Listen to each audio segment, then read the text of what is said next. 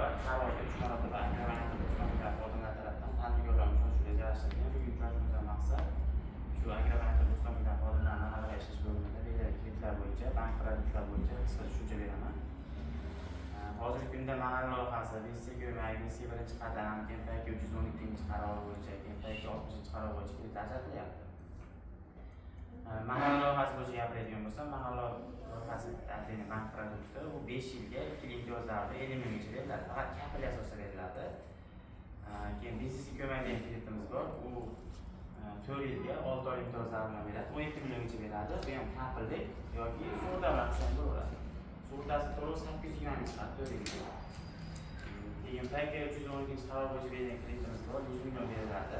Faqat tadbirkor subyektlar beriladi yoki sizlar oldin oylar tadbirkorlik ustidan kredit olib turib, issiqxona tikuvchilik, parrandachilik olib turib, yopgan bo'lsa, faqat cho'ligi tushib qolmagan bo'lsa, yopgan bo'lsa, o'sha shaxslar yangi tadbirkor olsa ham berilaveradi. 312-qaror bo'yicha 5 yilga 1 imtiyozlar bilan beriladi.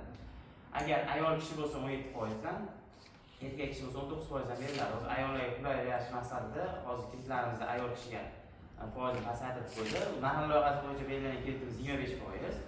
Bu ham agar erkak kishi bo'lsa 25%, ayol kishi bo'lsa 23% dan beriladi. Buni ham pasaytirib 2%. Keyin VC ko'mak dastur bo'yicha berilgan kredit 17 milliongacha, bu ham 25%. Erkak kishi, ayol kishi bo'lsa 23% dan beriladi. Keyin bitta narsani aytib o'tib ketdik. Faqat Agrobank o'zining hududiy mahallalar beriladi. Agrobank o'zining hududi bor. Har bitta mahallada mahalla agentlarimiz bor. Shu mahalla agentlarga uchrasanglar, shular kerakli dokumentlarga tushunchalar berib, qo'shimcha tushunchalar berib, kerakli dokumentlarni sizga tayyorlashga yordam beradi. Faqat maqsadiga kerak. Misol uchun maqsadi bor. Misol uchun chorvachilik, issiqxona, parranda o'sha maqsadlarda beriladi. Asalarichilik, misol uchun ko'p mijozlar kelyapti, o'zimizga kelyapti-da, misol uchun men kredit olmoqchiman deyapti. Kredit olmoqchiman, nima qilmoqchisan deb so'rasak, misol uchun uy ta'mirlayman, yo to'y qilaman, yo kimga qarzimni beraman deyapti.